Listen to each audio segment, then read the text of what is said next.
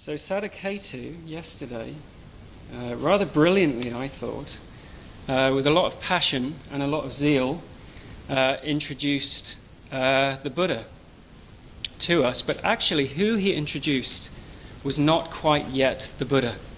So he introduced to us the young prince, Siddhartha Gautama. And I'm going to be picking up his story today and talking a little bit about his journey as he moved closer to enlightenment, moved closer to becoming the Buddha. And where we left Siddhartha yesterday was he'd had this extremely significant experience, a series of very, very significant experiences. So he'd had what they call the four sights. So you might remember that he'd seen an old person, a sick person, a dead person, and then he'd seen this wandering holy man. He'd seen this being that was in the world with a shaved head, living very, very simply, and that was the fourth sight. And what I want to say, with the light shining in my eyes, is that I confess everything, please. I'll tell you anything. No, what I want to say is I want to talk about, what is it that he actually saw? So we know on a surface level what he saw, but what was the nature of that seeing? How did he see? What was the nature of that? Because it's clear that experience changed him in some way. It shook him to his core, and it made him reassess and reevaluate everything in his life. He'd been brought up in such a way that he had a very clear path before him. His father had very clear expectations of him, and he was set to be a great leader, a great warrior, in fact. But it made him reassess the path that had been laid out for him. So he discovered this by making these significant journeys. And I want to tell you about a journey that I made a few days ago. I hadn't planned to talk about this, but it's basically what's in the forefront of my mind at the moment, and it feels disingenuous not to talk about it. So I made my own very significant journey at the end of last week. So as most of you know, the team arrived to the retreat center a couple of days before all of you did. And we were having, we planned to have this team retreat where everyone could be together, create a retreat atmosphere which you all would then step into. I didn't participate in the team retreat because I got here, and a couple of days before I got here, my grandmother was taken into hospital, and we thought it would be fairly routine, and we thought she'd be out in a couple of days. And when I arrived here, I was expecting her to be discharged that day. But my grandmother still is 100 years old, and when you're that age, anything can happen. So I got a call from my sister on the day that we arrived to say that she'd had a major stroke. And that she wasn't going to survive, basically, that she was dying. So I made the decision that I was going to leave the team retreat and make a journey up to Newcastle, which is where my grandmother lives and where I hail from. She actually lives in Gateshead. She lives in a place called Hebburn, which was very difficult for me when I was a child, because people would say, I'd say I went to visit my grandmother, and they'd say, where does she live? And I'd say, Heaven. And they'd go, oh, heaven, that's so sweet. I'd be like, no, heaven. Trust me, it's really not like heaven in heaven. But anyway, she lives, although she won't be going back there. So I made this journey up to see her, and it's just been incredibly significant for me. So I went to see her in the hospital, and she's tiny, my grandmother. She's absolutely tiny. I can tell you exactly how tall she is, actually, because sometimes she basically, she's this tall. And I know this because, like when I would say goodbye to her or hello to her, I'd get down here and she'd be at eye level, so I'd give her a kiss or a hug or something. She's this tall, and when I got there, she's in the bed. She's this tiny-looking woman, and she's dying basically. She's taking her last breaths. She is actually still alive, but she won't be with us for much longer, maybe another day or two. So Sadhgatu mentioned this last night. He talked about this sight of seeing a dead body, or even seeing a dying body. And I don't know if people have seen anyone who's dying here, but it's quite interesting because the body changes shape. It starts to change form. So she'd started to change form, but it was almost like her face was just sort of reaching out a little bit. Her body had changed, and it was like she was reaching out. And when I arrived, she just managed to slightly open her eyes. She's got these beautiful blue eyes, and when I arrived, she just slightly opened them, and I was able to communicate with her a little bit. And I stayed with her for the next couple of days, and then I made the decision to come back. She's still alive, but she won't be alive for much longer. But the reason why I wanted to talk about this is because basically this is what I'm talking about, and this is what Sadhgatu is talking about when he talks about the four sights. So it's not just seeing something. It's seeing something, experiencing something, being in the presence of something where the experience changes you, and you're not quite the same afterwards. Your heart opens, it reorientates your being.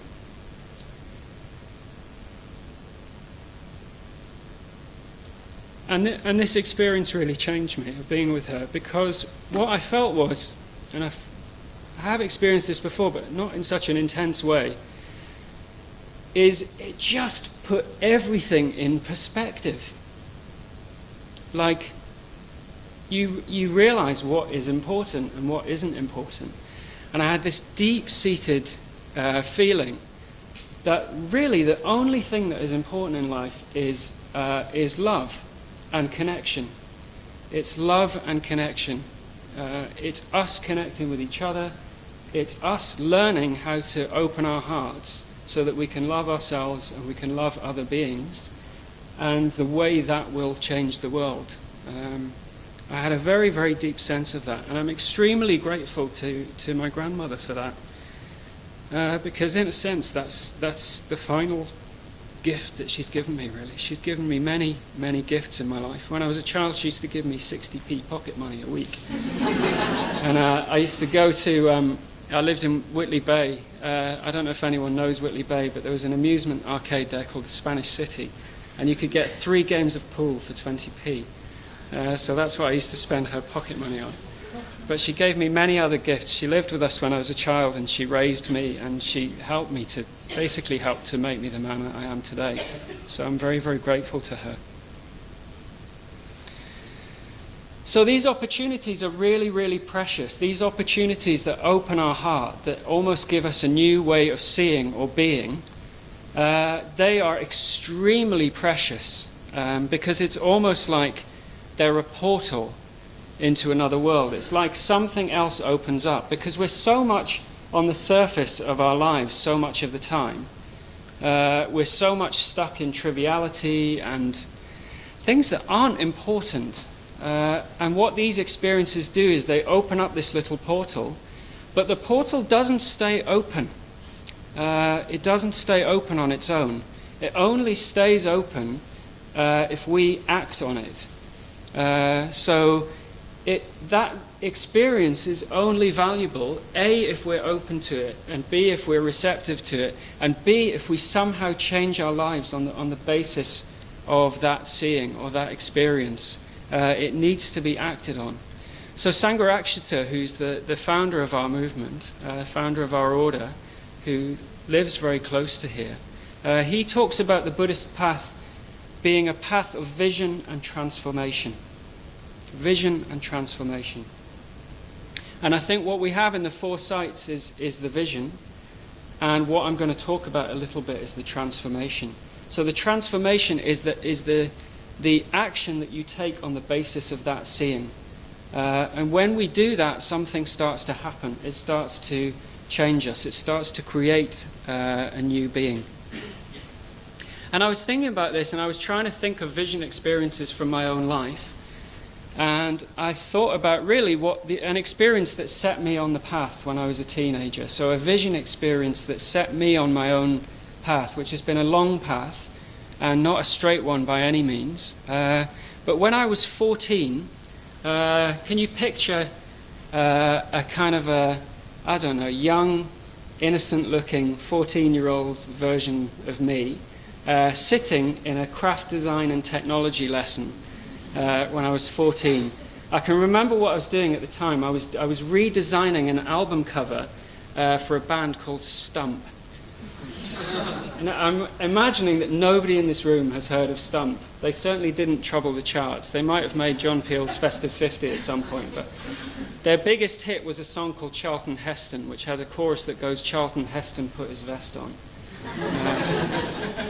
Anyway, so I was sitting in this lesson, and suddenly I had this incredible feeling where I looked out of the window and I was just looking at the school playing fields, and I must have seen that same sight 100 times, 200 times.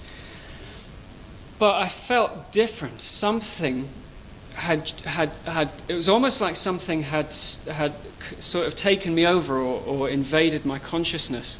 And my experience was just one of beauty. Suddenly, everything looked really, really beautiful. I didn't look down at the Stump album cover, but I did just look out at the fields and just think, I couldn't even conceptualize it. The only thing I could do was say thank you. So that's what I did. I didn't know what was responsible for this experience, but I said thank you. I just felt gratitude. It was like, goodness me. And these experiences actually continued throughout my teens. I've told this story before, but I'll tell it again because a lot of you weren't here when I gave a talk here about 4 years ago, and I was saying, so these experiences continued, and I didn't know what they were. I just assumed that everybody had these experiences, these feelings of sort of bliss. And it was kind of like, it felt to me like it was a bit like an orgasm, but one which happened in your head, or it seemed to originate from your head. And, so I basically called them mental orgasms. And I remember being at a party, and I said to this girl, who was a bit older than me, you know what's coming, don't you? I said, don't you ever have these like mental orgasms? And she said, James, which was my name at the time, she said, James, I've never had any kind of orgasm. And it's not for want of trying. But I didn't know, I just assumed that this happened to everybody. But so in a sense, what that told me was there's something more to life. There's something more to life. It seemed like there was a magic and a beauty to life which I hadn't experienced before. It's almost like somebody pulled back this veil and there was something else there. I didn't know what to do with it. I didn't know what to do with this experience. I mean, I felt basically like I'd been touched by the hand of God, And I grew up in a very rough town in the north of England, and people don't get touched by the hand of God there. Like, I was thinking, where in the town where I come from, Berwick-upon-Tweed, it's on the Scottish borders, just on the English side of the Scottish border. There, they call young men there chavas, and the local paper is called the Berwick Advertiser. And I was thinking I could see the headline in the Berwick Advertiser, 15-year-old chava touched by the hand of God. It's not going to work. So I didn't know what to do with it, and I did the only thing I could think of, because tried to speak to my RE teacher about it. He didn't know what to say to me. My parents were agnostics. They didn't know what to say to me. So I basically went to a church group, and I tried being a Christian for a while. That didn't really work out, but the thing is, what I'm trying to say is I took action. I did something in relation to it. I was curious. I wanted to do something. So I just looked for help in in the only place I could find it, really, which was in the church at the time. There were no Buddhist groups, there was nothing like that anywhere, basically.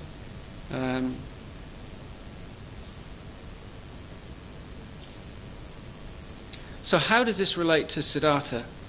Because I've gone all the way up to Berwick-upon-Tweed and Stump, and so what he saw was, he saw something deeply, he felt something deeply, his heart was open, it had changed him. He couldn't go on living his life in the same way.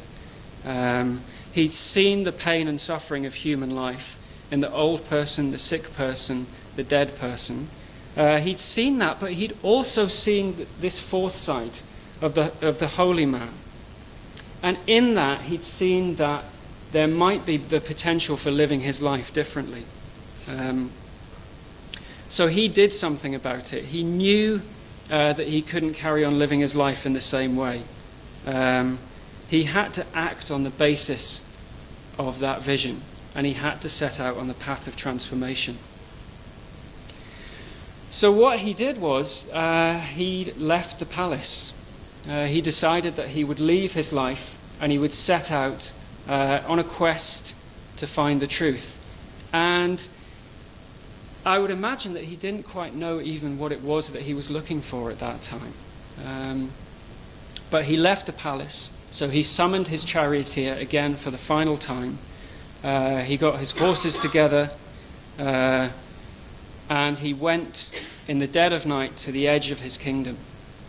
With his charioteer, he went to the edge of his kingdom. And I think that's deeply symbolic, because what it says to me is that he went to the edge of what was familiar. He went to the edge of what was comfortable. And when he got to the edge of his kingdom, he basically took off his finery, so he would have been wearing these very, very expensive clothes, probably with gold thread, wearing the clothes of a prince, basically. And he found a beggar and persuaded him to swap clothes with him. Probably didn't have to do much persuading, because this beggar was just wearing rags, basically. And the other thing he did was he shaved off his hair. And I think both of these things are deeply symbolic.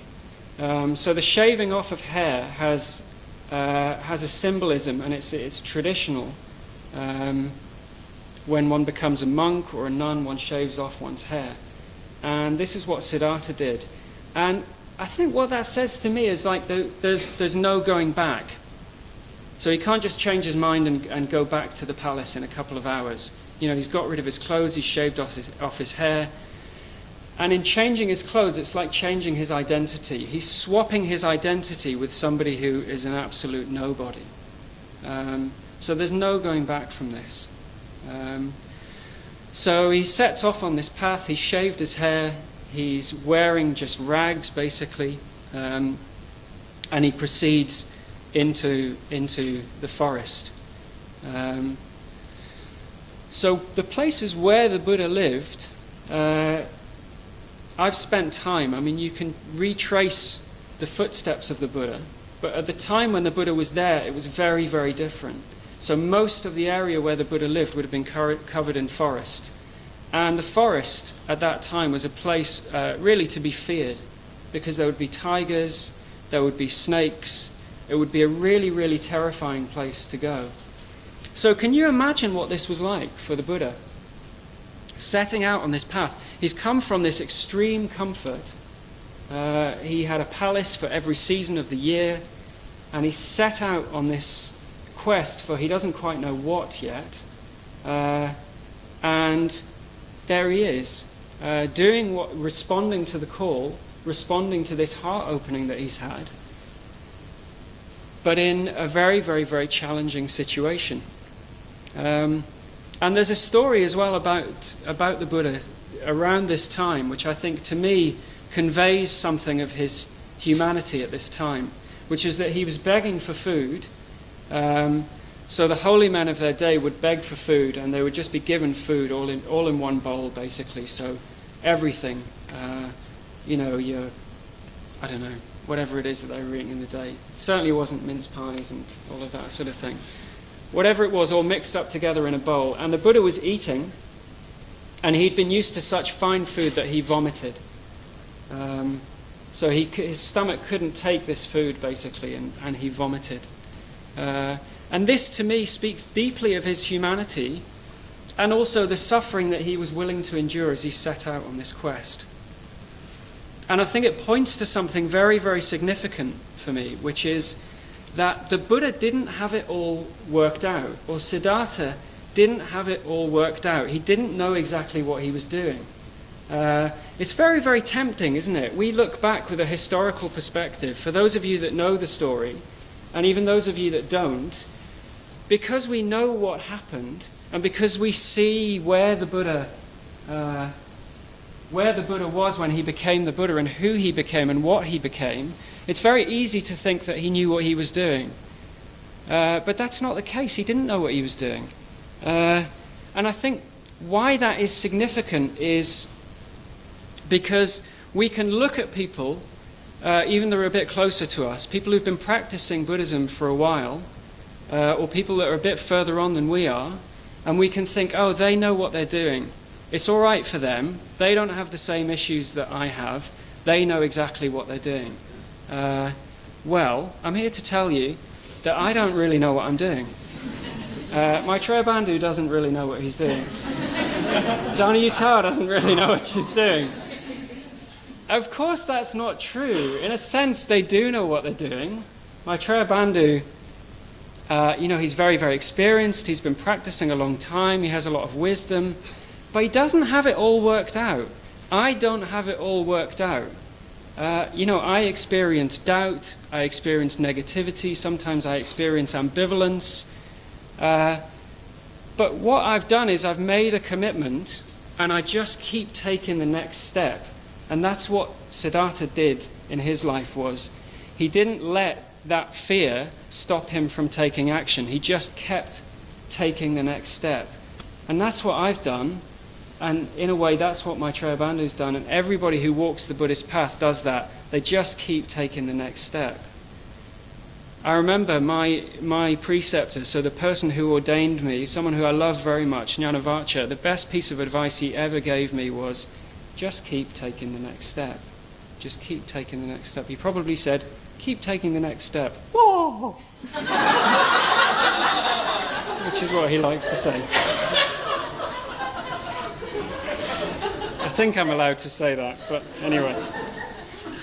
It's the best piece of advice. I mean, he's given me a lot of very, very good advice over the years, but that was priceless. Just keep taking the next step.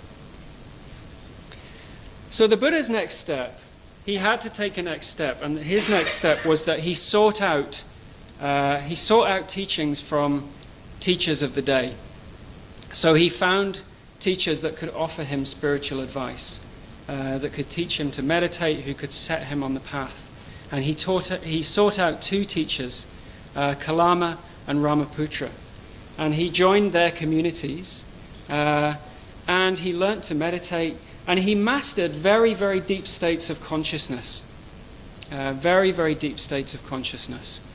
And very quickly, it became obvious that he was an extremely adept and talented and able pupil. To the extent that what happened with Siddhartha was that actually they offered him, with one teacher, co-leadership, and with the other teacher afterwards, leadership of both of their communities. So he learned very, very quickly everything that he could possibly learn from these teachers. But somehow he wasn't satisfied with what he learned from them. What he found was that he was able to master these deep states. He was able to enter these spheres of consciousness that were talked about, but still his mind was the same afterwards. When he came out of meditation, he wasn't fundamentally changed. He hadn't found the answers to the questions that he was looking for, which was the question of human suffering. Why do we suffer? Why do we die? Is there anything that we can do about that? So he left and he went on from those communities. And I think, I was reflecting on this, I think for me, I think with all of this, with every stage of this story, what we've got to ask ourselves is, what does this mean for us? What's the relevance for us? What's the relevance for us in this room? What's the relevance for me, the relevance for you, the relevance for all of us? What does it mean to us? And this, to me, is very, very significant because it shows that he wasn't prepared to just settle down. So he didn't reach these states, or even he didn't have this level of sort of renown. He's very, very well regarded by these teachers and their communities, but that wasn't enough for him. He was prepared to walk away from all of that because it wasn't what he was looking for, so it wasn't enough for him. He didn't want to stop, he didn't want to settle down, no matter what was on offer. So what he did then was he followed what was the wisdom of the time. And in India at the time, it was believed, a very, very pervasive belief, which is still the case in India actually to this day, that you can find enlightenment, you can find the answer to these deep spiritual questions through practicing austerities. Practicing austerities. So he didn't go and find David Cameron. What he did was, it's got nothing to do with him, he basically tortured his body. So the belief was that in torturing the body, you could subdue the mind. You could bring the mind under control, and you could find the answer to these questions that Siddhartha was longing for. So people who are practicing austerities, they would lie on beds of nails. They would... I saw this article in a magazine about 10 years ago about a man who'd basically, in India, he'd had his hand up for about 15 years, like this. And basically his arm just stayed like that. And this man was a wandering holy man in India. So things like that. What Siddhartha did was he starved himself.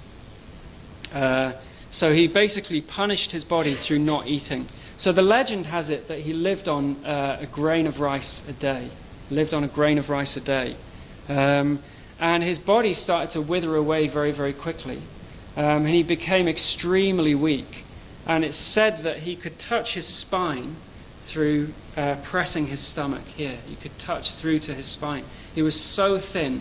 And his eyes became sunken in his head, and his hair started to fall out. And he basically looked like a skeleton. And he was so good at practicing these austerities that he started to attract a following. So people thought, Gautama is so good at this, he must be on the cusp of finding an answer. So he had these followers that would follow him, and they thought they were really onto something. And this brought Siddhartha to the edge of death, basically. He very, very nearly starved to death. He pushed himself to the absolute limit with this. But what he found was, again, that this wasn't the answer. He wasn't finding the answer through starving himself. That's not where the answer was to be found, and that became clear to him.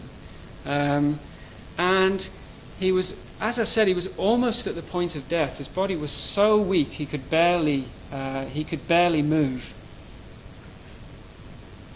It's quite a thing to contemplate that. Just how far he was prepared to push himself, but then also to be prepared to admit that that wasn't it, that he'd gone so far down this kind of blind alley, but he was prepared to come back from it. And one day he was found by a milkmaid, basically, and she thought he was a spirit. She thought he was one of these evil spirits that dwelt in the forest.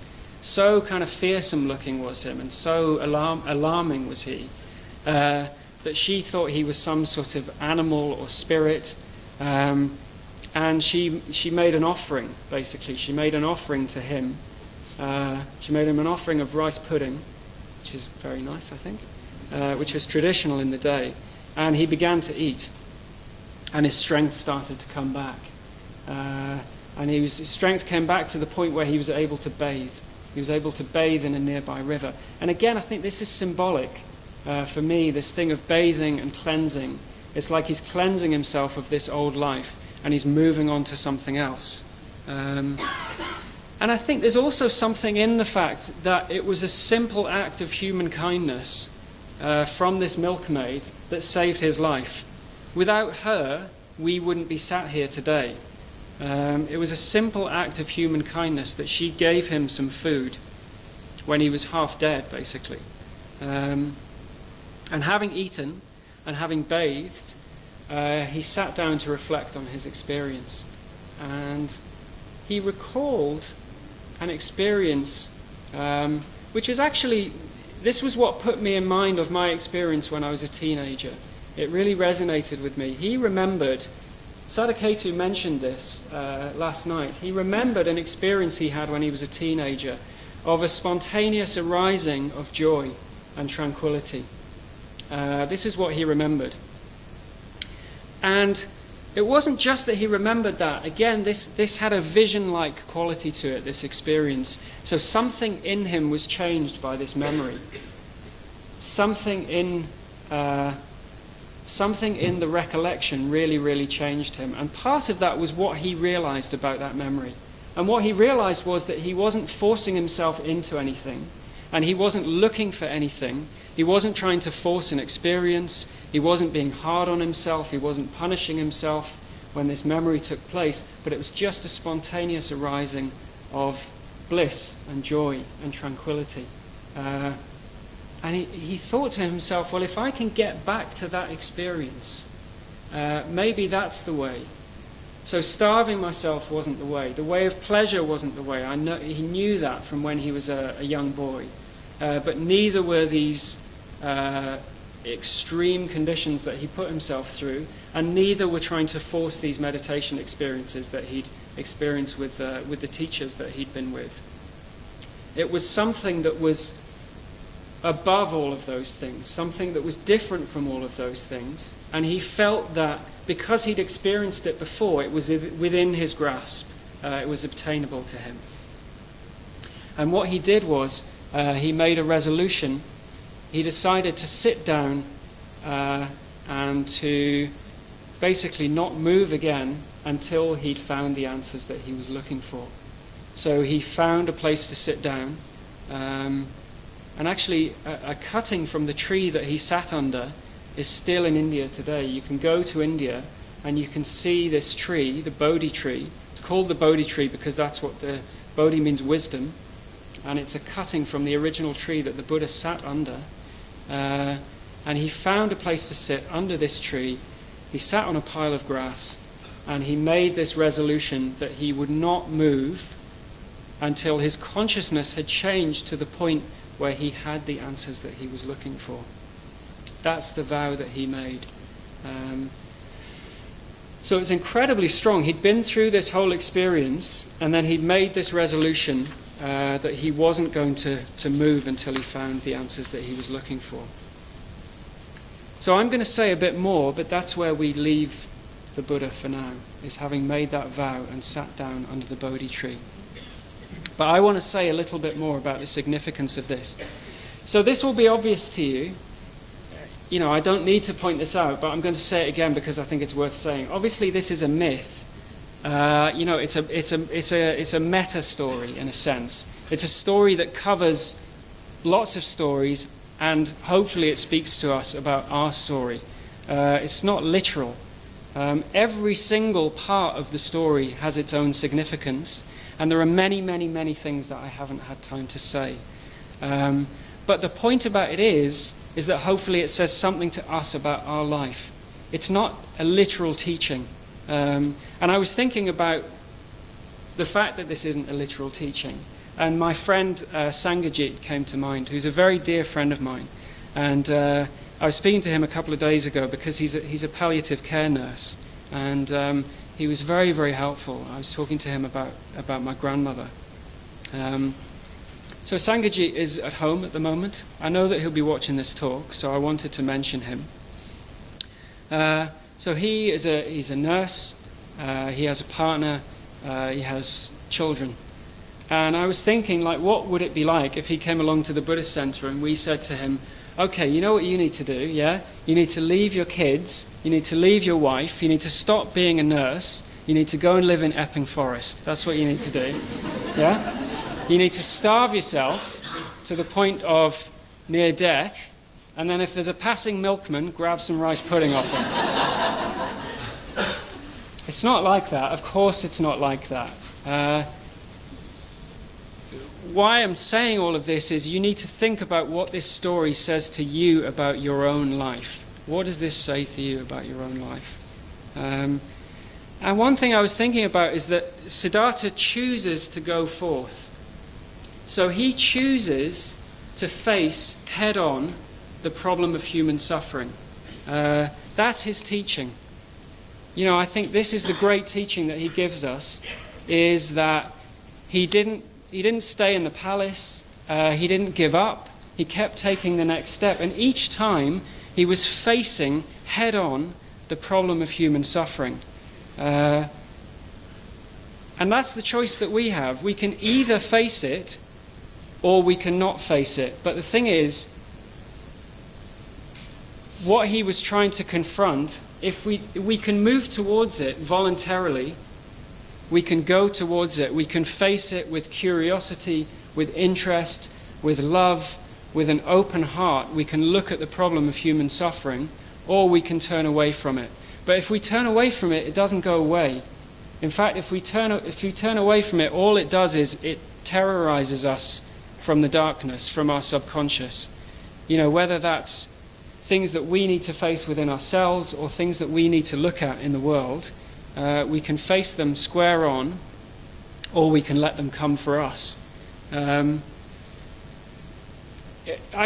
work that I used to do before I worked for Karana was I had a really wonderful job. I was working in Tower Hamlets, and I used to run discussion groups with older people, so people in their 70s, 80s, 90s, and I used to facilitate these communication groups. And it was a real teaching, because what you see in those groups is basically that you become the life that you have lived.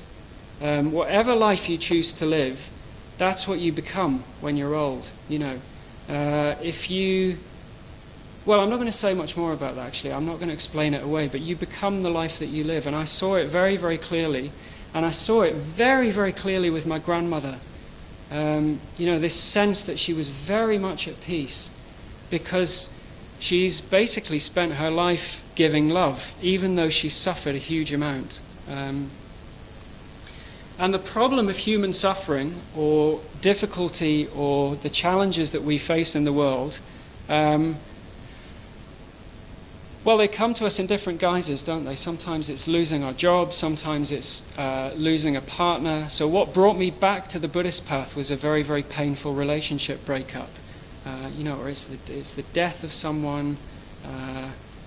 You know, those things will appear in our lives. But the question is whether we let those things open us, and whether we let those things deepen our experience, and whether we learn from them, or whether we turn away from them and we distract ourselves and we stay with the trivialities and the surface things of life. Because we can endlessly distract ourselves. We don't have any problems finding distractions. But sometimes that vision, you know, it's not painful. It's beautiful, as I've described. Sometimes it's like the experience that I had with my grandmother. Sometimes it's the experience that I had when I was a teenager. And this going forth of the Buddhas, he was facing that, or the Buddha-to-be, Siddhartha, he was facing that. But in a sense, that's something we're doing all the time. So as Maitreya Bandhu said last night, the four sights, they're there all the time. Reality is constantly trying to teach us something. It's just whether we're open to that experience, whether we're open to it, and whether we're receptive to it. And it's something that we have to face continually. It's not something we do once and for all.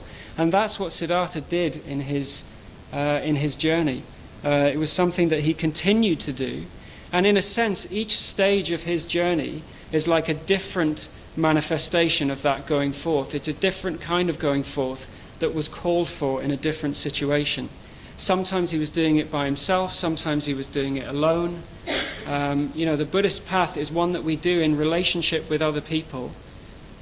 As you'll all have gathered, you know, we place a very big emphasis on friendship and supporting each other in our movement. But ultimately, that's a commitment that we make on our own, and it's something that we need to do.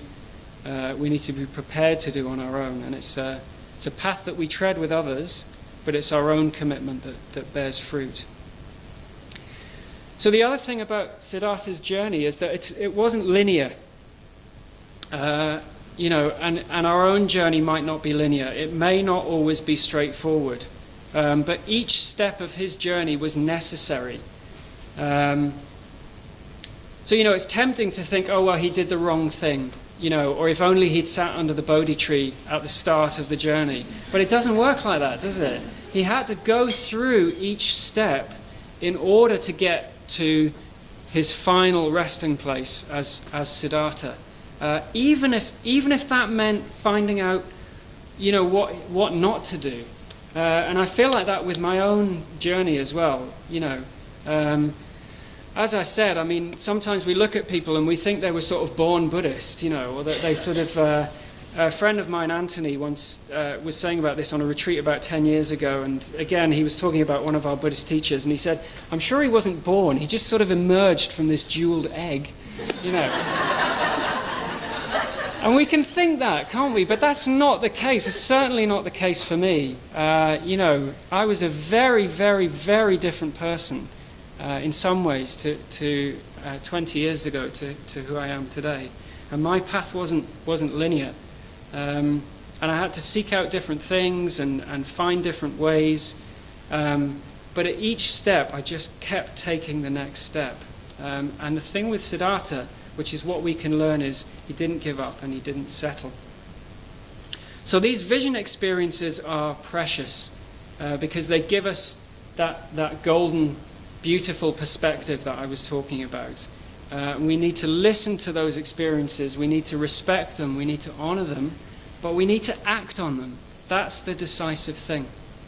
And I just want to close with a little story, which is that how long ago would this be now? Maybe 20 years ago, I was in India. I was living in Calcutta at the time, and I was on holiday. I was having a short holiday with a friend in the foothills of the Himalayas. And I was in a place called Dharamsala. I don't know if anyone's been to Dharamsala. It's a very, very beautiful place. And we went for a walk up this mountain. And in the mountain, we went into this cave. And in the cave was this little grotto. And it was absolutely beautiful. It was like we'd stumbled upon this little kind of magical world. And in this little grotto were all these painted stones. And on one of the stones, it said this thing which I've never, ever forgotten.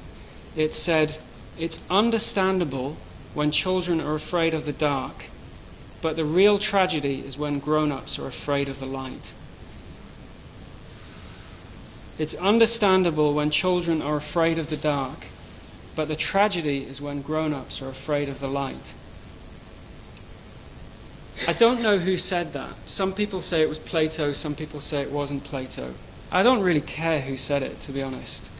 What I do care about is that it speaks to all of us deeply, because we all have the potential to shine. We all have the potential to be that light. And I was thinking about, well, really, what does that mean? What does that light mean? And it's our potential. It's what this rupa represents. This is what this is it's a representation of our potential, because we can become infinitely bigger and more beautiful and more compassionate, all of those qualities that we want to develop. We can become that. That's our potential.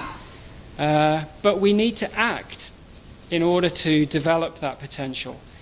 Our potential isn't just a given. It doesn't just grow by itself. We have to act, and we have to choose to listen to it. We can choose to ignore those precious opportunities, but we do that at our peril. And in a sense, if we do that, we betray ourselves. Or we can choose to do what Siddhartha did, which is through fear, through uncertainty, even when he was abandoned, even when he was half dead, he responded to life. He responded to that vision. He chose to tread the path of transformation. That's what Siddhartha chose to do. The question is, what do we choose to do? What will you do? Thank you.